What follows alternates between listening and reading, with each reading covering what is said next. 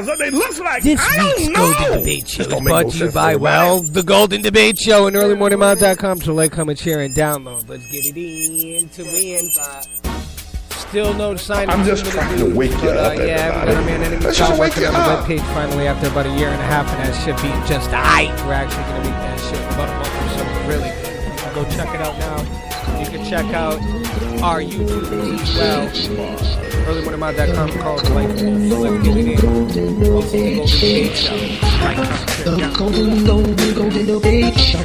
I'm just trying to wake you up, everybody. I'm trying to wake you up. We're gonna talk about this, talk about Golden Debate Show. Yeah, the Golden Debate Show. Golden Debate Show. We're gonna talk about this, talk about And this is Mental Blocks on YouTube. Writing songs can take a lot of work. Sometimes inspiration strikes at the most random times. And all you have on hand is a wedding invitation. At least that's what happened to Doc Pomus of the Drifters when he was writing Save the Last Dance for Me. The lyrics encourage his girl to dance and have fun, but also to remember she's coming home with him at the end of the night. The song was written by polio-stricken Doc, who scribbled them down at his own wedding after watching a line of able-bodied men dance with his bride, Broadway dancer. And that's the first of many fascinating songwriting stories that we'll be talking about today. You get your dancing perk on, Mom, but you're still coming home. How's that? Let's start our playlist with Chris Christopherson, the renowned singer-songwriter / history professor / janitor / helicopter pilot, who combined 3 of those 5 skills into one amazing songwriting pitch. In 1969, as Johnny Cash later wrote, he and June Carter Cash were at their Nashville area home when a helicopter landed on their lawn. Christopherson stepped out of the chopper with a beer in hand and announced, "I thought this might be the best way to get a song to you. Bring it right out of the sky." Christopherson, however, says that Cash wasn't even at home when the helicopter arrived. Either way, his song, Sunday Morning Coming Down, was a #1 hit for Cash the following year. Christopherson isn't the only offbeat guy to write songs for the Man in Black. Shel Silverstein, yes, the children's author, wrote one of Cash's biggest hits. It's long been rumored, though not confirmed, that A Boy Named Sue was inspired by a friend of Silverstein's, who also had an ambiguous... I'm just trying to wake you up, everybody. Who wrote the book of Chris's story based on and narrated the movie version. One of the greatest songs ever written was originally an ode to protein, written when a young Paul McCartney woke up with a little tune in his head, picked it out on the piano, until the real lyrics came to him quite some time later. Yesterday, all my troubles seem so far away. McCartney made do with the nonsensical lyrics, "Scrambled eggs, oh my baby, how I love your legs." Scrambled eggs. Oh my baby, how I love your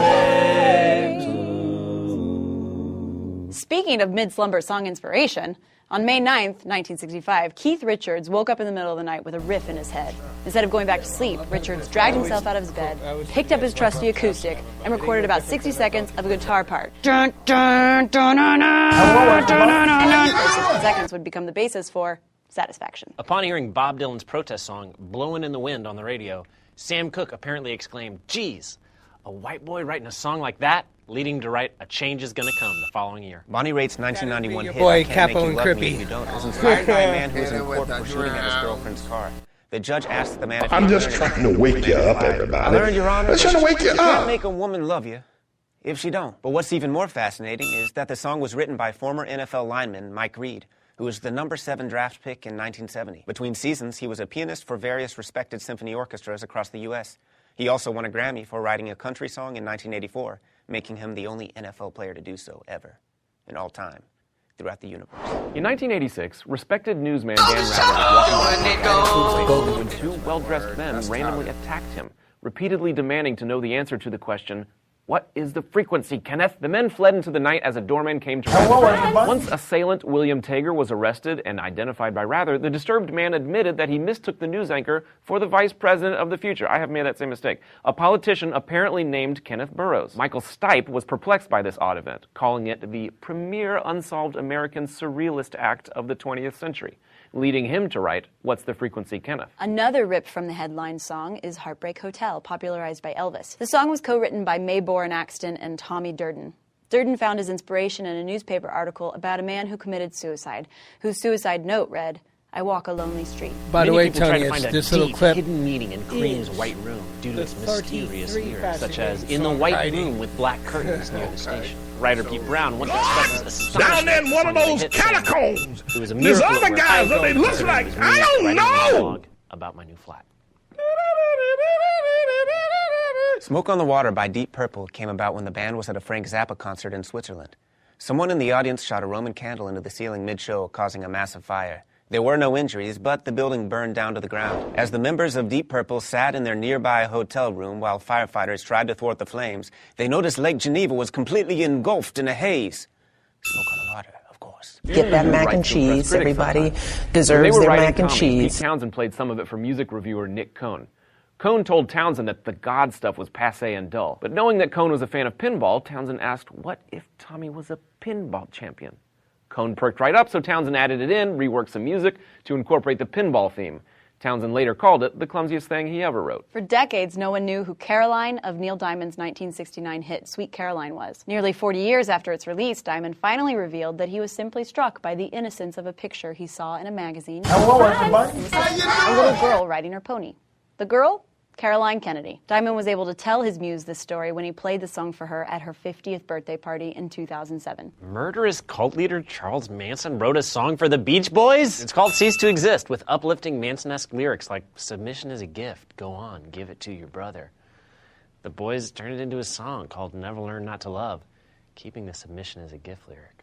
At a Chinese restaurant, Paul Simon saw something called Mother and Child Reunion on the menu, a dark reference to a chicken and egg dish. Having recently experienced the death of the family dog, Simon had death on the brain and connected the reference in the dish's name to his wife dying.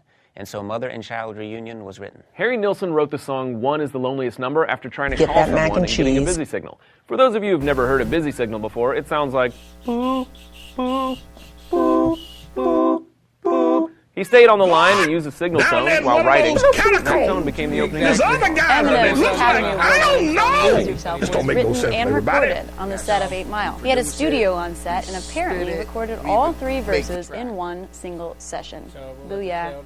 He was described by his coworkers as a very hard worker, which may be why he slept through the Oscar ceremony. Eric Clapton wrote Layla after one of his friends. The U.S. gave him a Appeals copy Court of has the struck story down of measures Layla and enforcing Majnun, net version story neutrality, about or unrequited equal love access to from the all 12th century. online But who was his content. As a unrequited result, love for? broadband providers will George soon be able to Harrison's wife. navigate users' After she traffic and steer divorced it George toward Harrison or away and from certain married websites. Eric Clapton, The ruling they followed got a divorced lawsuit too. brought by one of the largest U.S. mobile phone operators, Verizon, against the Federal Communications Commission. The company challenged the FCC's ban on providing extra bandwidth to certain websites on the basis of commercial deals struck with them. Civil advocacy campaigner Todd O'Boyle says the preferential treatment of some internet services at the expense of others jeopardizes the future of the web. I think the biggest implication potentially is for content providers and for innovation. We know that the innovation has flourished online because small players have had equal access to consumers. Deserves As of their this mac and ruling, cheese. a big company like Verizon could strike a deal with a video service and make a partner deal with them so that their content would always be delivered more quickly. That makes it difficult for the next startup to get started. If that decision is left unchallenged, then there's nothing really stopping the internet service provider from blocking access to specific content. And if you block access to the most important online social there's a couple podcasts organizing that I fuck tools, with it that I may impact enjoy. what One they're of them able that even to I say really and didn't how think I was gonna like that connect much and 'cause I thought it was communicate. gonna So be absolutely a lot there of are type startling shit and, free speech I concerns fuck with here. sports. I love sports, but I'd rather play it than just talk about that shit. It's a big distraction. But the Joe Rogan podcast is a very interesting one. He's a very The good Joe podcaster. Rogan Experience. And when I you have 2 structure your clips. I don't know how stories, I'm do gonna you play it, but this use has a to do with the software writing process, program? so Do it you ties use in with index the first cards one. on a bulletin board? Like, how do you set up where you're moving all your pieces in your Tetris game? I use 2 things. We do use, I got a magnetic whiteboard in the office and write on the index cards and put them all up with that. And sometimes, strings between the cards, that kind of thing. That's the general, getting it all down the flow. And then I use a program called Scrivener, which people can use for Mac or PC. And it's basically the same thing. It's little index cards in the computer. And there's an index card that represents a document. Each document is a chapter. But it's great. It's better than Microsoft Word.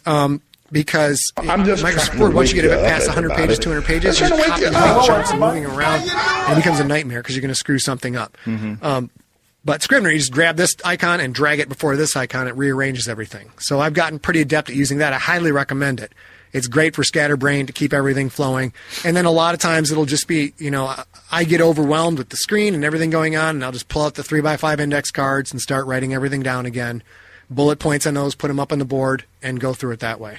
So you like to do it digitally, you like to do it manually, you like to just mix it up and constantly keep doing it in a different way that keeps your brain moving?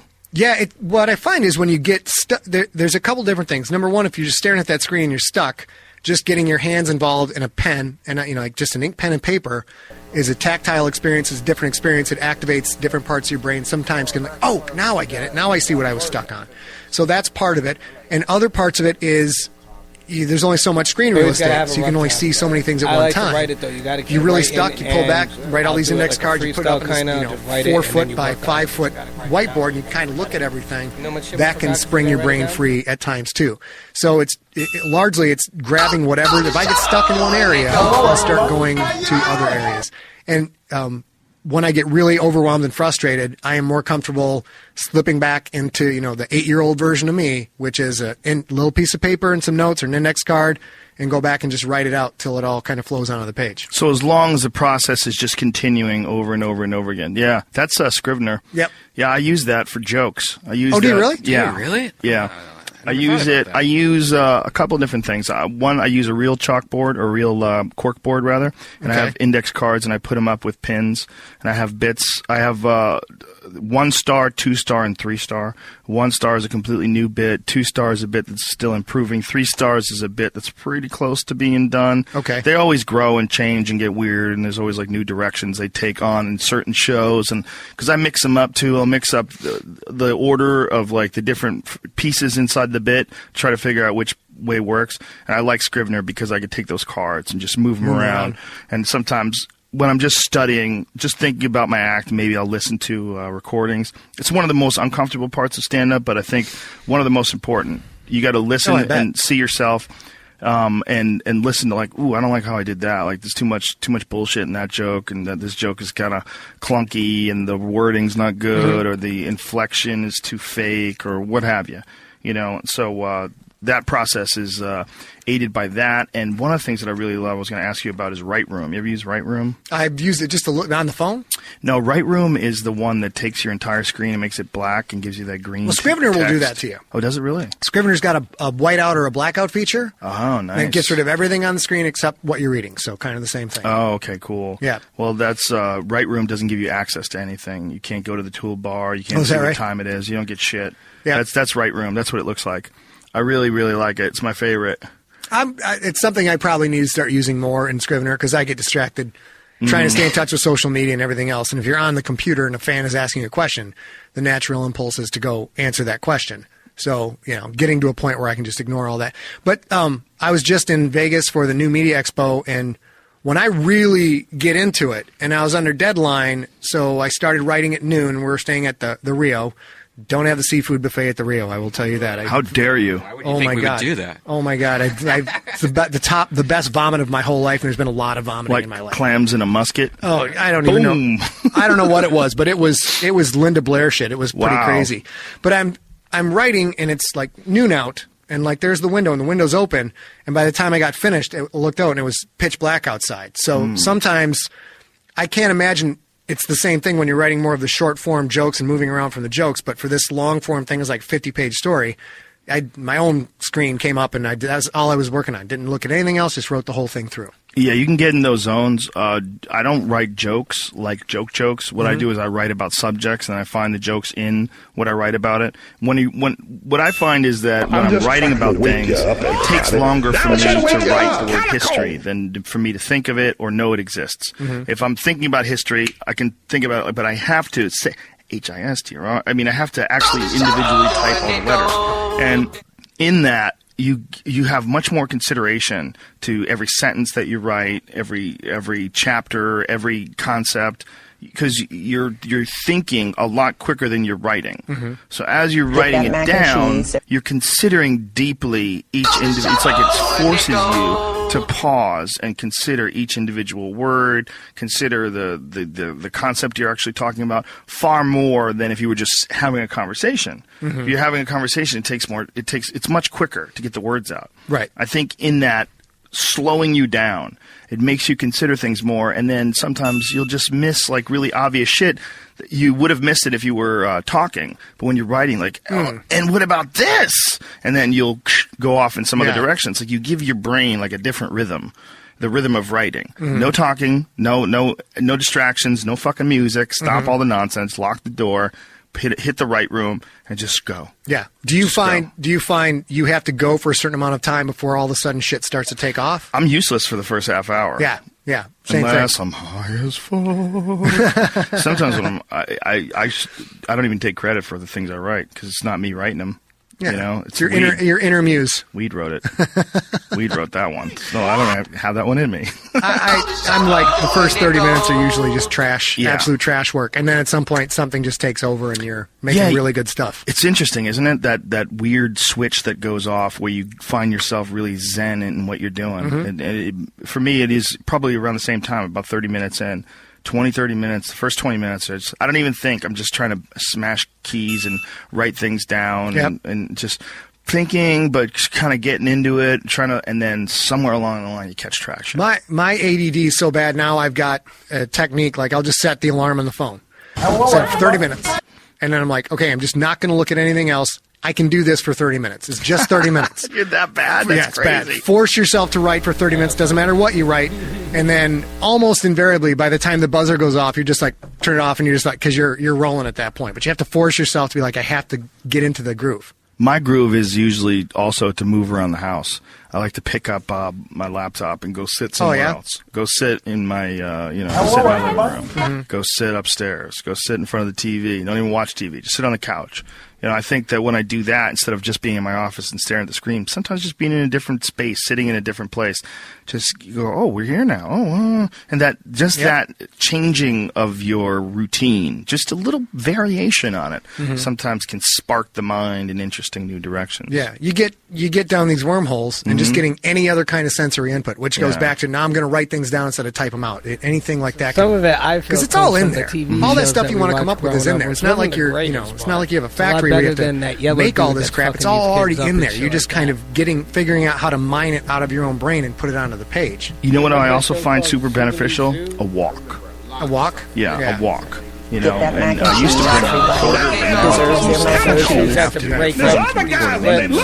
I just go for a walk. I like my dogs, something like that, go down the street, and just when I'm thinking about something and I've got something in my head and I'm done writing, then I'm reviewing the things that I wrote and like how would I view this if I was a person who's reading it? Like how would I take this? Like I'll take it into consideration. It's like the fact, there's something about forcing yourself to do a mundane, very obvious task. Left foot, right foot, Come along with us to Zoobly Zoo. Zoobly Zoo. We're all waiting for you. It's as close as a dream and as bright as the brightest blue. Welcome to Zoobly Zoo. One of those tentacles. There's other guys, but they look like I Let's introduce the Zoobos to you. I'm Mayor Ben. I'm here to lend a helping hand. I'm Phil Beaver. I am one of those tentacles. There's other guys, but they look like I don't know. And the kangaroo named Woodland who puts music to it all. My name is Van Gogh. Just color me fun. And you will shout bravo once the show has begun. Everyone, spread the news. There'll be so much to see and do. Just see or do. When you're in Zoobly, Zoobly, Zoobly, Zoobly, Zoo, magic and wonder are waiting for you. saying there's no such thing as a black vortex, and that it's some left-wing media conspiracy. First of all, we've vortex, and that it's some left-wing media conspiracy. Let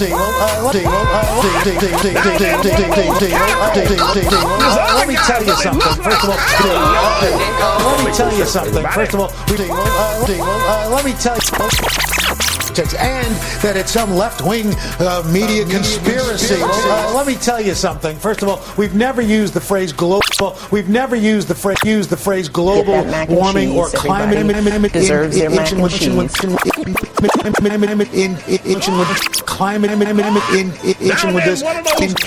In conjunction with this. This is from my textbook from college. Global. A lot of folks have been saying there's no such thing as a black vortex, and that it's some left-wing media conspiracy. Let me tell you something. In conjunction with this, we've never used the phrase global warming or climate change in conjunction with this. This is from my textbook from college, the Glossary of Meteorology from the American Meteorological Society, copyright 1959. Okay, and here we go. Take a look right here. Okay, polar vortex. There it is. Okay, so for all the doubters out there, stuff it. Some are saying that we've created this phrase to hype it and to create hysteria, and that we have made it a political issue by linking it to either climate change or global warming. At the center of an anti-Semitism debate continues. Dieudonné Mbala was banned from performing on Thursday night, just hours after a court in the western city of Nantes said he could go ahead with his show. Well, this amid an ongoing tug-of-war with the government and controversy over his so-called Canal hand gesture. Is this the first of many disappointments for the fans of Dieudonné? France's top administrative court overturned a decision by a local judge to let the controversial comic take to the stage. In our society, we can't accept even slight complacency with regards to anti-Semitism, which so goes against our values and principles. Dieudonné insists he's merely anti-establishment and anti-Zionist and denies his trademark Canal gesture is an inverted Nazi salute. Still, local authorities in several other cities like Nice, Marseille and Bordeaux have issued a ban against his show. The State Council's swift ruling came as a surprise, and Dieudonné's lawyers called into question its validity. It was simply impossible for me to make it on time for the hearing held in Paris at the Council of State. It's a very clear violation of the defendant's rights. Previous attempts to ban the comedian's show had been systematically rejected by appeals courts on the grounds there was no evidence the show would stir public disorder. It remains unclear whether yesterday's final ruling will set a precedent. In the meantime, Dieudonné said he would file an official complaint with the European Court of Human Rights. A big myth. Economists really got this wrong. 74,000 jobs created in the month, the last month of the year. Only 74,000. You remember, you had economists all week revising upward their expectations, closer to 200,000. Here's the real shocker. The jobless rate drops to 6.7%. Which we should be cheering. How can that be? The lowest jobless rate since 2008, basically. More than 500,000 people just left the job market. Just stopped looking for work. Total jobs created for the year, 2.2 million, making you basically on par with 2012. So basically, last year we created as many jobs as we did the year before. Now we have the whole year's picture for the month. 74,000 jobs. That is a big disappointment. A lot of economists thought that it'd be much better than that. Then you look at the jobless rate. It fell in part because people simply gave up. Hi, everybody. Yesterday we learned that in 2013 our businesses created 2.2 million new jobs, including 87,000 last month. Our unemployment rate is the lowest it has been since October 2008. And across our broader economy, there are signs of progress. Our manufacturing and housing sectors are rebounding. Our energy, technology, and auto sectors are booming. Thanks in part to the reforms in the Affordable Care Act, health care costs now eat up less of our economy. Over the past 4 years, costs have grown at the slowest rate on record. And since I took office, we've cut our deficits by jobs and new opportunities for American families. Hi, everybody. With Congress, or on my own. Hi, everybody. And with everyone willing to play their part. And that action should begin by extending unemployment insurance for Americans who were laid off in the recession through no fault of their own. This vital economic lifeline helps people support their families while they look for a new job. And it demands responsibility in return by requiring that they prove they're actively looking for work. But before the holidays, Republicans in Congress just let that lifeline expire for 1.3 million Americans. And if this doesn't get fixed, it'll actually hurt about 14 million Americans over the course of this year. I'm just trying to wake you up, everybody. Let's just wake you up. One of those catacombs. There's other guys that they look like. I don't know. In order for the don't make no sense, for example, they still go after tons of marijuana cases. There are a lot of marijuana defendants in federal provides probable cause. The federal prison still provides probable cause. And drug war defendants are the most popular federal inmates. So I think, and then on the political realm, I think it's the pharmaceutical companies to some degree that are definitely against the state decriminalization because they're going to be kept until it becomes a Schedule II drug.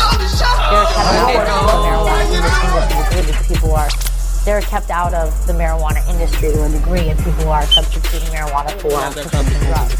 So I think that the pharmaceutical lobby and also the alcohol lobby are probably the biggest political interest group interest. But on the real, I think that the biggest stagnation is that the DEA needs this as part of its ability to exist. And then U.S. attorneys who are just, basically the lawyers representing the DEA, they also get that mac and cheese. Everybody deserves their mac and cheese. They also want it to continue because it's easy crime for them.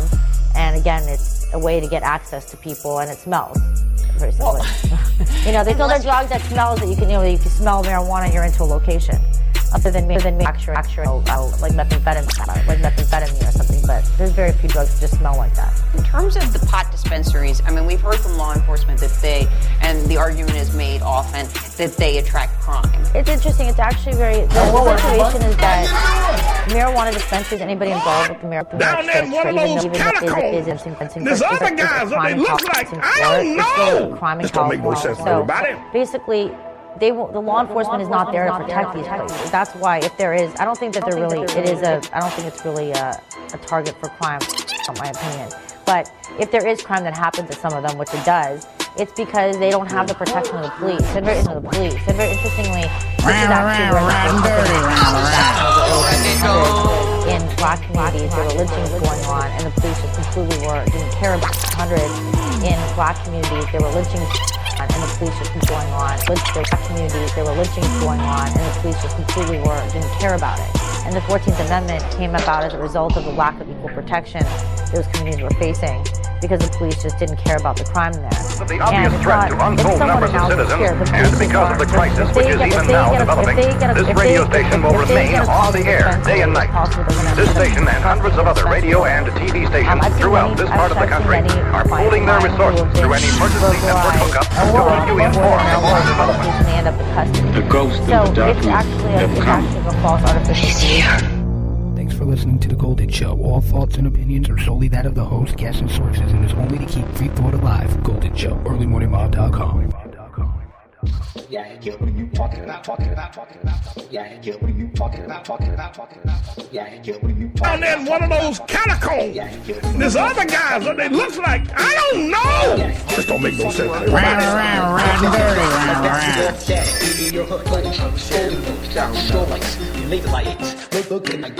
So, what's it all about, though?